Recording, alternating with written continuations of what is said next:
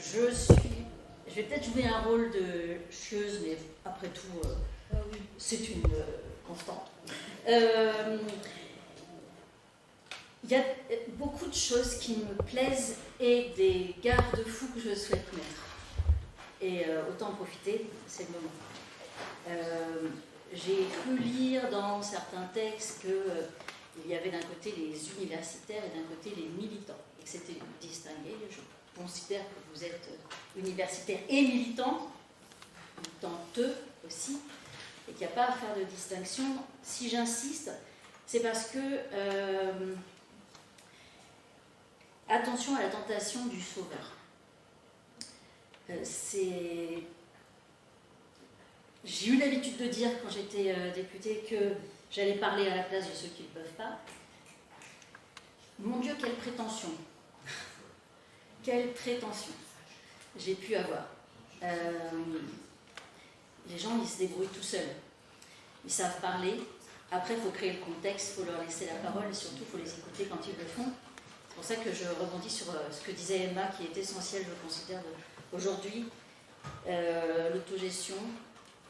On n'est pas là en extérieur, en renfort sur une lutte. On est là pour peut-être valoriser une lutte, relier les luttes, les faire savoir, faire prendre conscience d'autres qui ne sont pas au courant. Il y a ce rôle de médiation à travers ce qui se passe, parce qu'on a tous un réseau, parce qu'on est tous impliqués dans différents secteurs et que du coup, notre rôle de diffusion, il est crucial.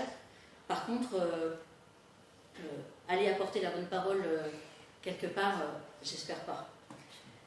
Ni la bonne parole, ni le savoir. Willy, tu m'as rappelé ce que je disais il y a 4 ans, tant mieux, ça m'a rappelé des petits souvenirs. Je veux dire quand c'est quelqu'un d'extérieur qui vous rappelle ce que vous avez dit. J'ai dit, est-ce que les élus aiment la démocratie? J'en suis pas sûre. Est-ce que les chercheurs savent partager le savoir? Je suis pas sûre non plus. Certains certainement, et pas tout le monde.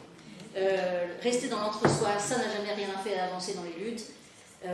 Par contre, être au service d'eux, faire partie d'un collectif, se faire tout petit, apporter un aspect, un éclairage, quand tous ceux qui sont sur le terrain en apportent aussi un autre, oui, évidemment. Je ne vais pas parler trop longtemps. Et la convergence des luttes, oui, évidemment. Mais pourquoi faire? Alors c'est pour faire une grève générale, pour qu'on puisse se soutenir les uns les autres et qu'on renverse le mode de décision actuel, oui. Si c'est pour prendre des postes de pouvoir, très personnellement, non. Il y a différentes façons de voir les choses. Hein. Vous pouvez voir les choses comme étant étatiques, avec des services publics efficaces, etc. Puis vous pouvez imaginer aussi les choses de manière beaucoup moins étatique et beaucoup plus anarchiste, c'est-à-dire avec du fédéralisme, des personnes en local qui prennent des décisions et que ça parte de la base. Hein. C'est le principe de subsidiarité, c'est ce qui se passe au Rojava, je ne vous fais pas un dessin non plus.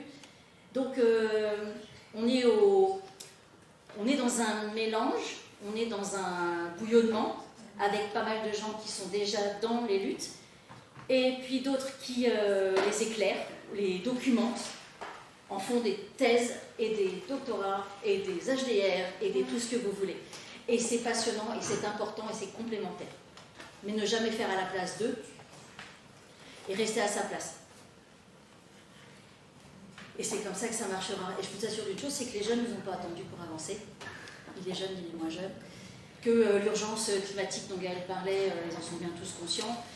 Si on a un exode urbain aujourd'hui avec des communautés, des jeunes au RSA qui regroupent leurs maigres économies pour s'acheter 2 hectares en Bretagne, là où il fera moins chaud, ça vous le savez, bon. C'est parce qu'ils se bougent. Et que notre rôle, il est effectivement d'être avec, mais jamais d'être plombant et jamais d'être sachant. Et quand tu m'as appelé, tu as prononcé des mots magiques, c'est pour ça que je suis là, c'est sur l'éducation populaire politique, et j'espère qu'on continuera à en faire ensemble. Voilà.